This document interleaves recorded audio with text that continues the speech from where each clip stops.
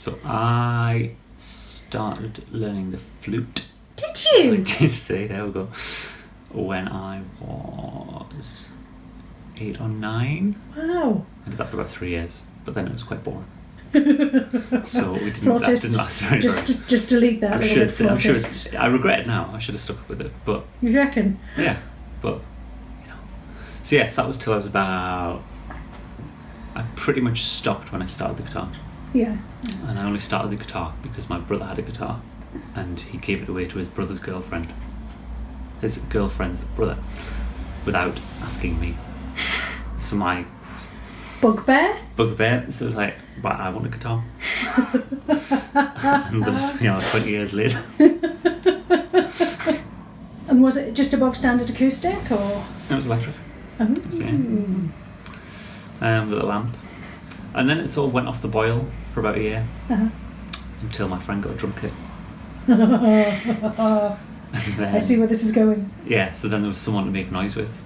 And then that was probably about 13, 14. By that time I think we started to perhaps carve out your own musical taste. Yes. Sort of things that you start to hear things that you want to play. So we used to go down to his house and jam pretty much every weekend. When you say we, so that was me and him, sorry, that was me. No, that's cool. And then later on, another friend, he got a guitar and he joined in. Mm-hmm. And then another friend didn't have a bass at the time, but he borrowed the drummer's dad's bass, and then we had a band. We didn't have a singer, we never had a singer, but they're not important. Careful. Who needs a singer? They're nice. Who needs one? And then we sort of carried that on through school, because we went to the same school, and we had really good music teachers. Do you think that makes a difference? Yeah. In what way? Just they were really encouraging. I mean, when we were in year 9, I think we used to have 2 English lessons a week, maybe 3. But I think for about a year, the 4 of us didn't go to one of the English lessons because we were practicing for a concert. And the music teacher was fine. She was like, just go and tell them you're practicing for a concert. So at this point, were you reading music? No. Were you just I read music tab, with the flute, but that never really translated to guitar. No. So it was all just imagine. tab and learning from songs, just trying to work things out. So it was more learning by ear and using tab as a guidance. Yeah. So you did GCSE, and I mean, other than having a really encouraging music teacher and being given that space, which is marvellous, to practice and do your own thing. Yeah. Not even structuring it in any way, but just allowing you that expression. And you could argue that I'm getting all, bingly bongly by saying allowing you expression, but it absolutely is, because it meant you could do exactly what you wanted, go down whatever you wanted, and that gives you that ability then to really engage more with the instrument. Yeah, absolutely. It does. It's that freedom, and I think you need that, because it's exploration. At the end of it, if you want to create your own music at any point, you have to have the confidence in going through that process of finding mistakes, making mistakes, and knowing how to come back from them, and without having a set program where you think, okay, this is absolutely right. If you say, right, you have to learn these 3 songs perfectly. If you don't do that, then you haven't reached that point. But when you're doing your own thing, you even learn other people's songs, we never learned them properly. There was sort of hashed versions, but they sounded close enough and they sounded different enough. We used to do a version of House of the Rising Sun where we'd start off really slowly, and then we just put it in like triple time, just for the crack.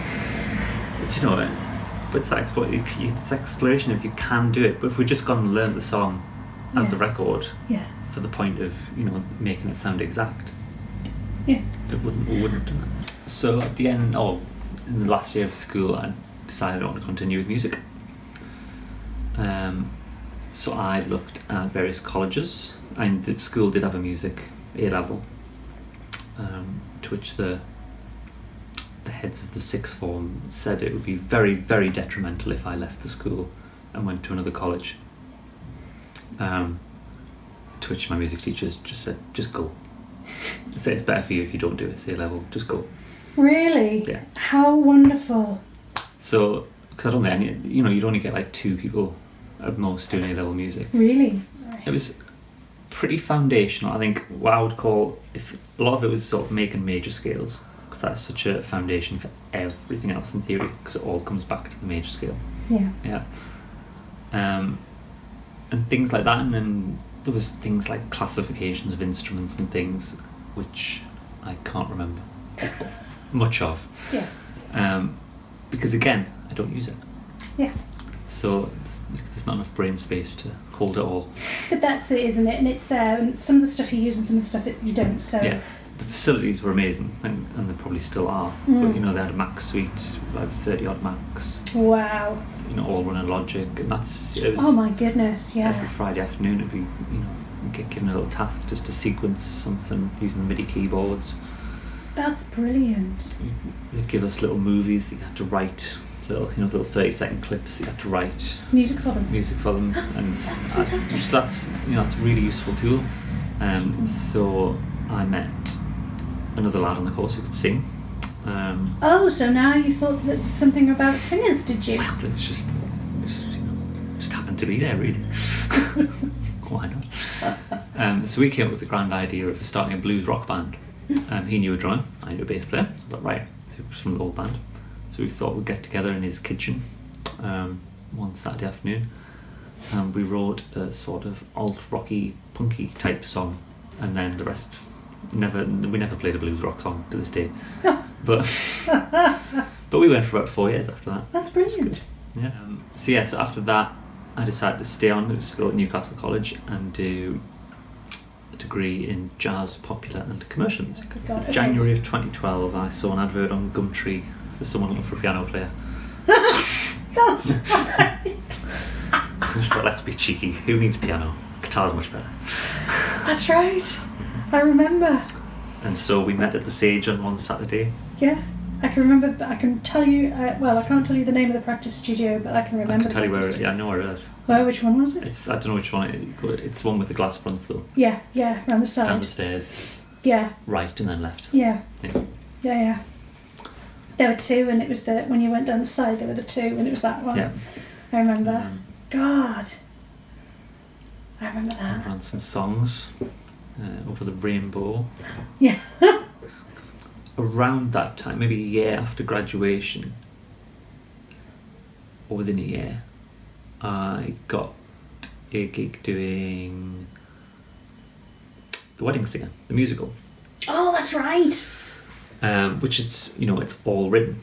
It's not really chords. There are chords written here and there, but it is mostly all standard notation written out. So that was the first sort of shoe in that door, and then John, who was the drummer in the quintet, got me on to a panel. No, it wasn't a panel. It was like a cabaret type show. Was that at Whitley Bay? Seton Delville. Oh, right. So not far off. And then from there, so again, that was another one. That was a different show because it wasn't specific guitar parts. There was just sort of, there's the piano conductor score. Make with it what you will. So that was like that. The first one was really hard. I've still got music actually. Because certainly if they didn't have chords on, there was a lot of time spent trying to work out what on earth was going on. So the duo stuff that you were doing, that was with some random singer called Hannah. Yeah.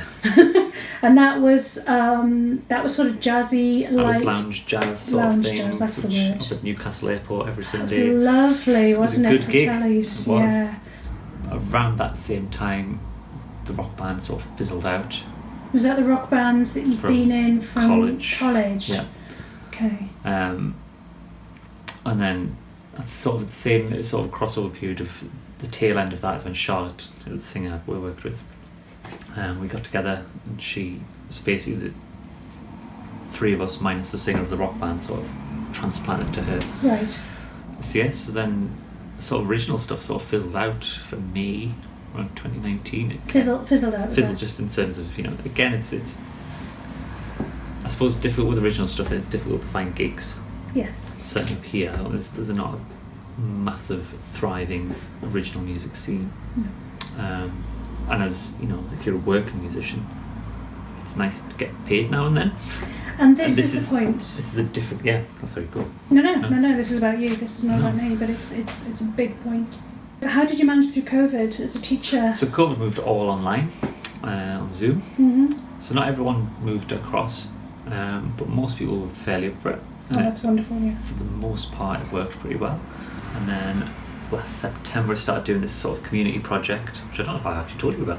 This doesn't ring a bell. God, honestly, you think we were good friends? I know.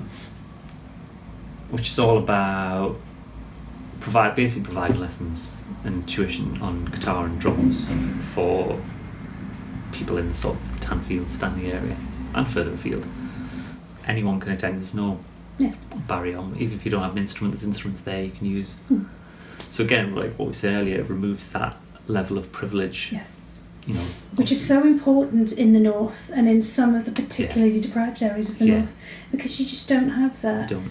You know, and it's changing the subject again a bit, but for me, because I teach a lot and a lot of my students are in the south as well, so for them my charges are they're like, oh, that's quite cheap. Yeah. But for people up here it's not necessarily cheap, so I tend to keep it there, because I could just charge more and just get people from the south, but I don't want to. No. So I just about keep it the musician union lowest margin level, and I will have to keep putting that up in line with inflation and everything else, but it's about but even then it's still more privileged people whose parents can afford private tuition. Some kids just don't have access to the music, and that is a crying shame, because it can do so much for and, you know, the evidence is there, you know, you can see it as they turn up each week.